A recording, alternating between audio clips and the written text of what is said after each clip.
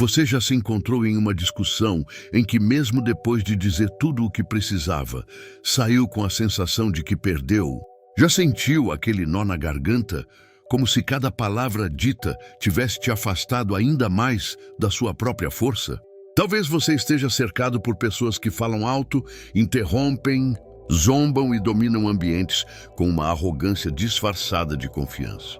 E talvez, no fundo, você tenha acreditado que ficar em silêncio era sinal de fraqueza, que não se defender era se render, que não reagir era perder. Mas e se eu te dissesse que tudo isso é uma ilusão? Que o verdadeiro poder nunca esteve nas palavras, mas sim em sua ausência? Nietzsche, um dos pensadores mais incompreendidos da história, viu algo que poucos têm coragem de admitir.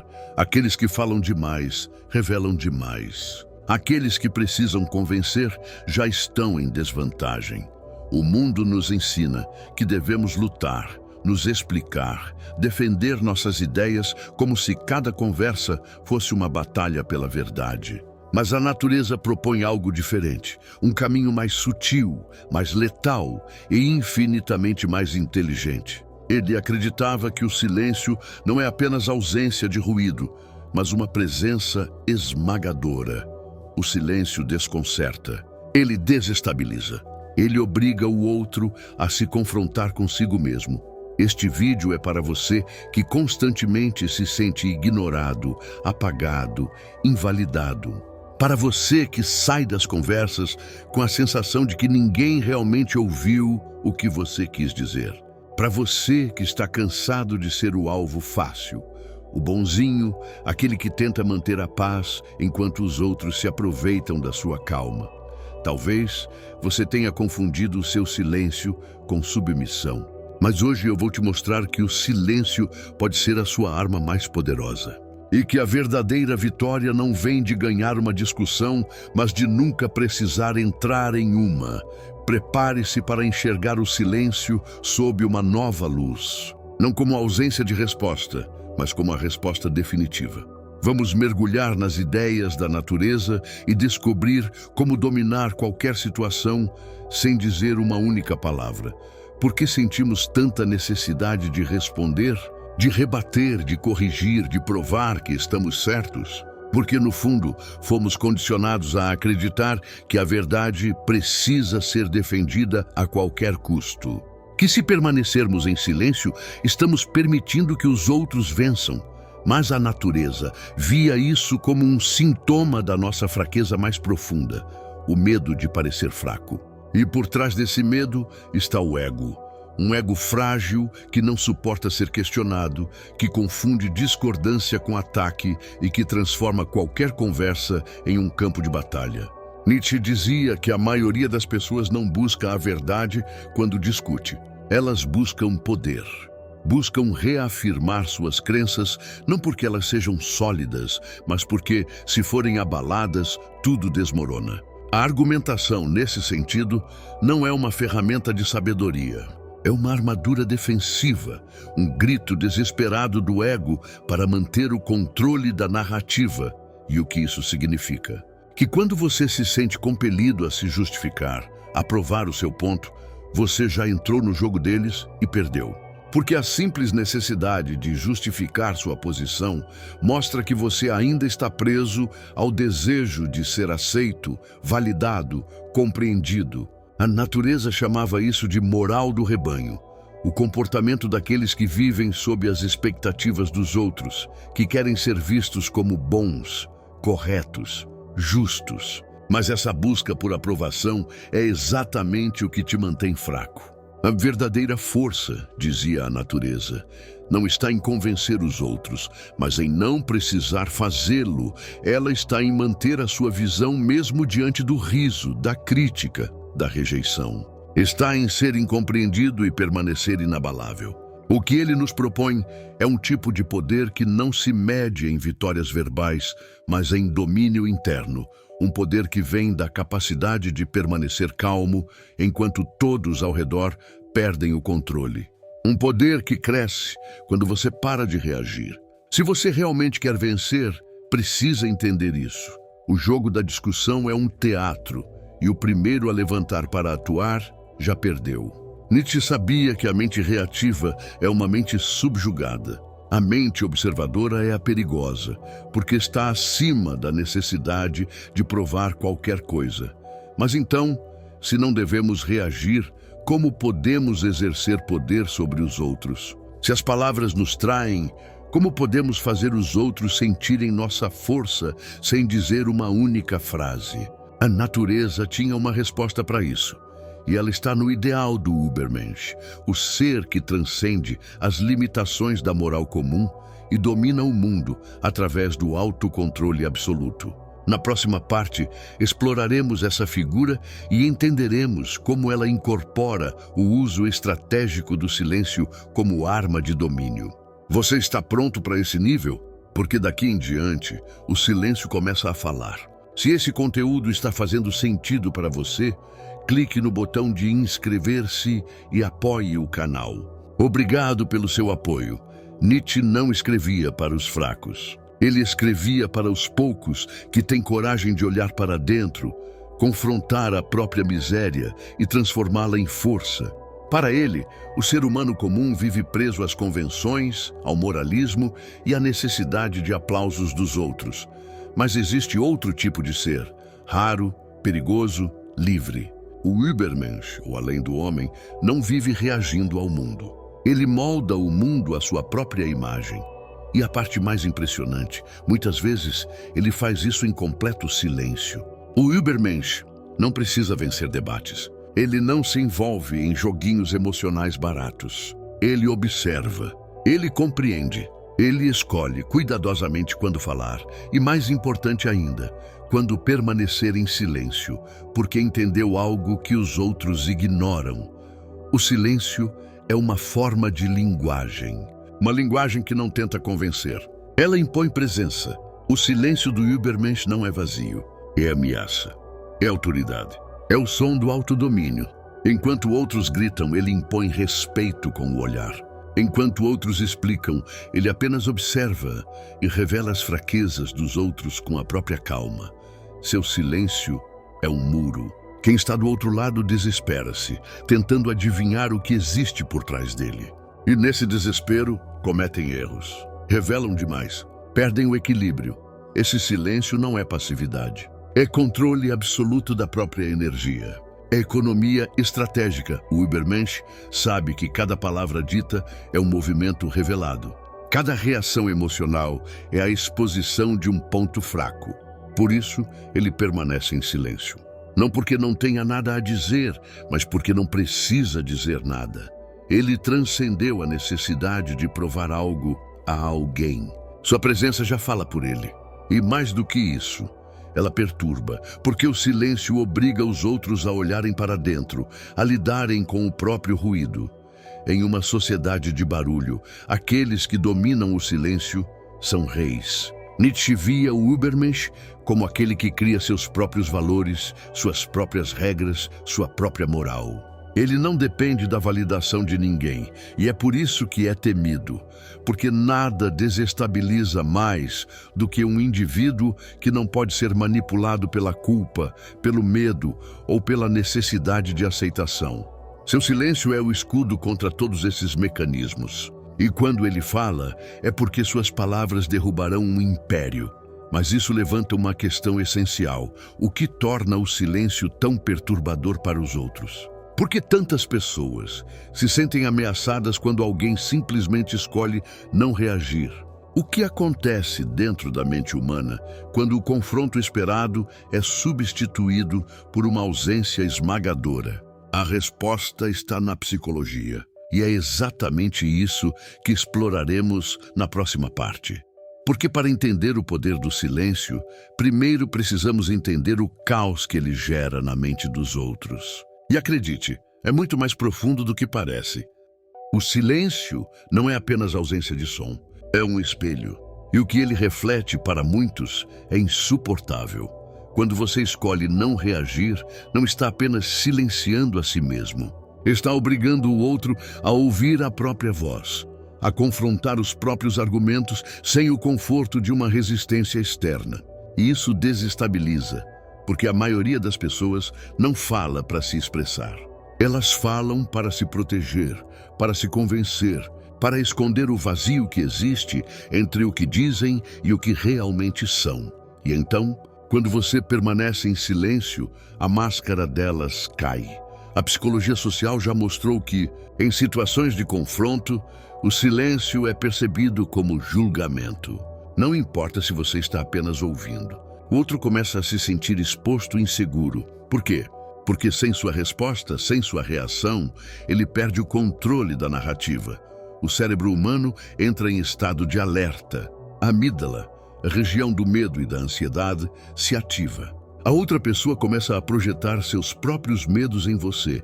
Ele está me julgando? Percebeu minha insegurança? Sabe que estou blefando?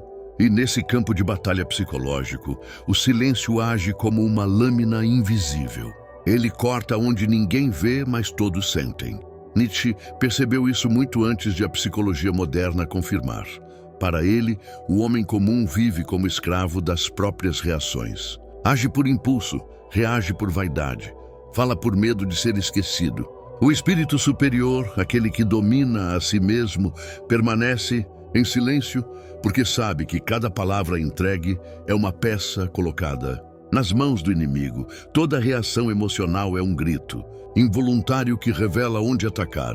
Além disso, o silêncio tem um efeito devastador sobre manipuladores. Pessoas que prosperam controlando emocionalmente os outros dependem das reações alheias para se manterem no jogo. Quando você não reage, você quebra o ciclo e o manipulador entra em pânico.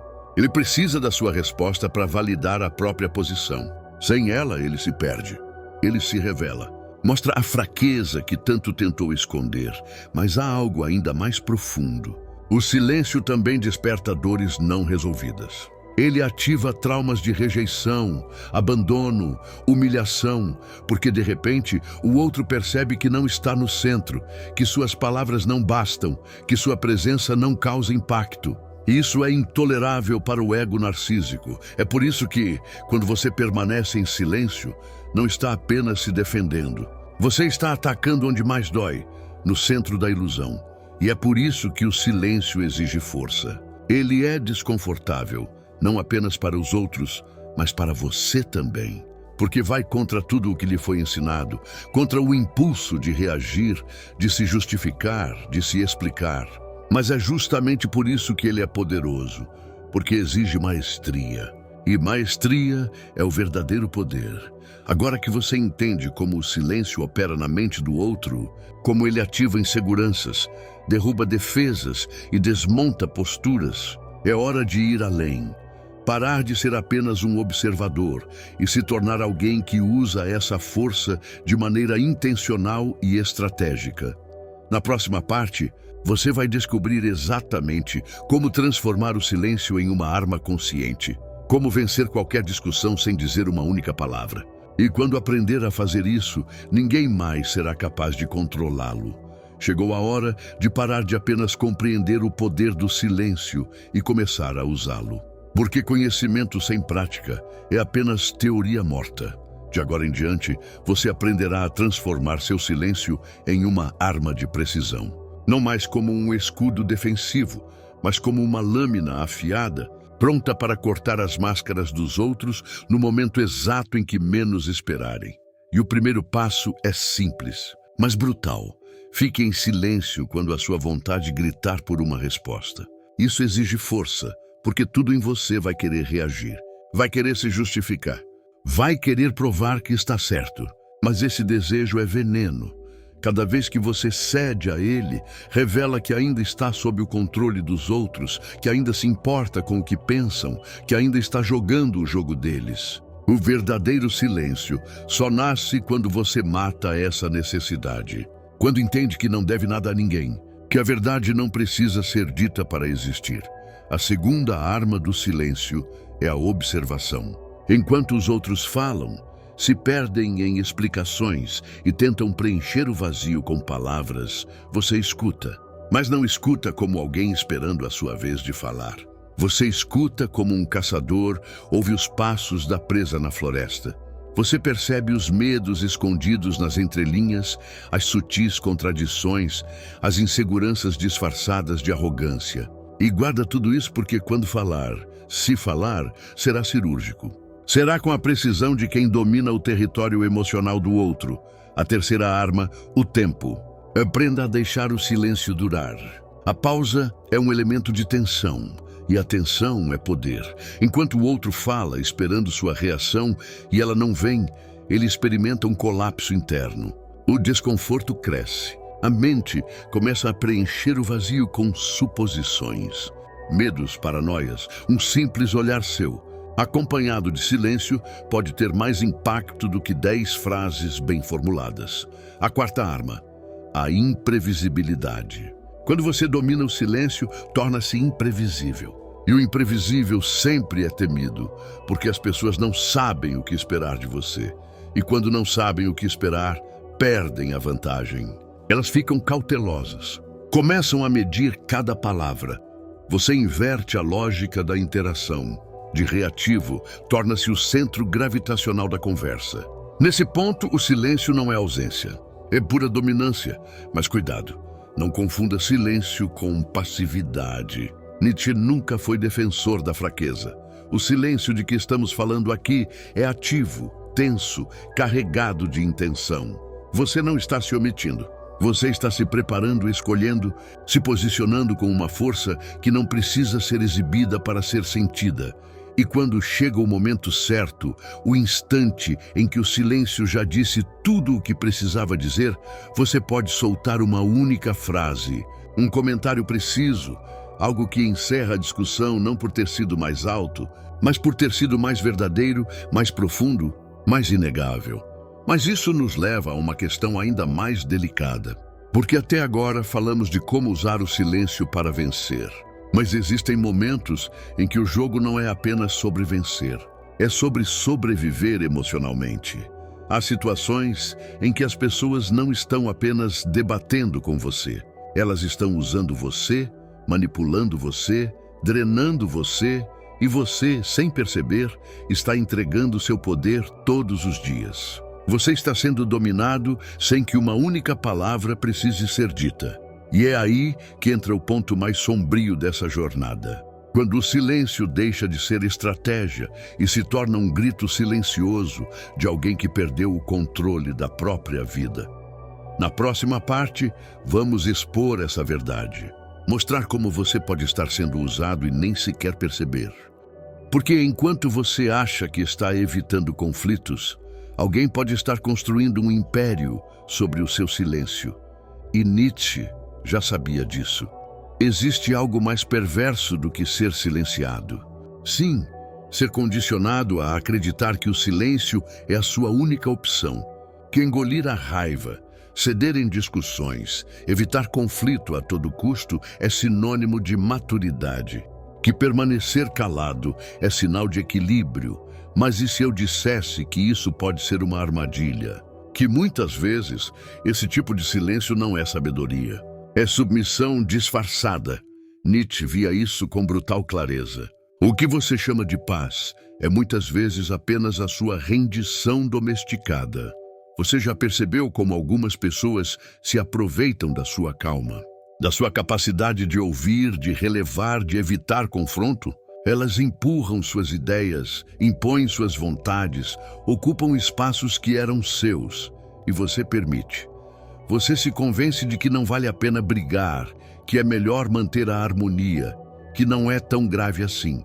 Mas a verdade é uma: você está pagando um preço altíssimo por essa falsa paz. E o pior, você está sendo usado por aqueles que entendem que você nunca vai reagir. Nietzsche falava da moral dos escravos. Aquele sistema de valores construído pelos fracos para sobreviver em um mundo dominado pelos fortes. É a moral da resignação, da culpa, do ser bonzinho. Um código invisível que ensina você a se anular, a se diminuir, a se conformar e ainda se sentir virtuoso por isso. Mas Nietzsche não escrevia para os que se resignam. Ele escrevia para os que ousam quebrar essas correntes. Para aqueles que percebem que estão sendo usados e decidem parar de participar da própria submissão. Quando você aceita esse tipo de silêncio, o que te engole por dentro, você está entregando o seu poder sem perceber. Está sendo moldado pelas expectativas dos outros. Você já não é mais você. Você é aquilo que os outros precisam que você seja. E isso é o oposto do que Nietzsche chamou de vontade de poder. Porque a verdadeira vontade de poder não é gritar, não é dominar os outros. É dominar a si mesmo, é retomar o controle da sua própria narrativa. É se calar não porque tem medo, mas porque não deve nada a ninguém. Esse silêncio da submissão precisa morrer. E em seu lugar deve nascer o silêncio da presença. Aquele que não se dobra, que não se humilha, que não pede desculpas por existir. O que se levanta em meio ao caos e, sem dizer uma palavra, muda o rumo da situação. Esse é o silêncio que Nietzsche respeitaria. O silêncio do indivíduo que se tornou mestre de si mesmo. Mas como chegar a esse nível? Como deixar de ser manipulado para se tornar senhor da própria presença? Como matar a moral do rebanho dentro de si e renascer como alguém que impõe autoridade mesmo em silêncio? A resposta está na figura mais poderosa da filosofia de Nietzsche, o Übermensch. Já falamos sobre ele. Agora é hora de entender como se tornar um. No próximo e último capítulo, você vai descobrir o que é necessário para encarnar esse novo tipo de ser humano. Porque o mundo não precisa de mais faladores. Precisa de quem domine o silêncio e reine com ele. Chegamos ao ponto final. E agora eu preciso que você entenda uma coisa com toda a clareza possível. O silêncio não é ausência, não é vazio.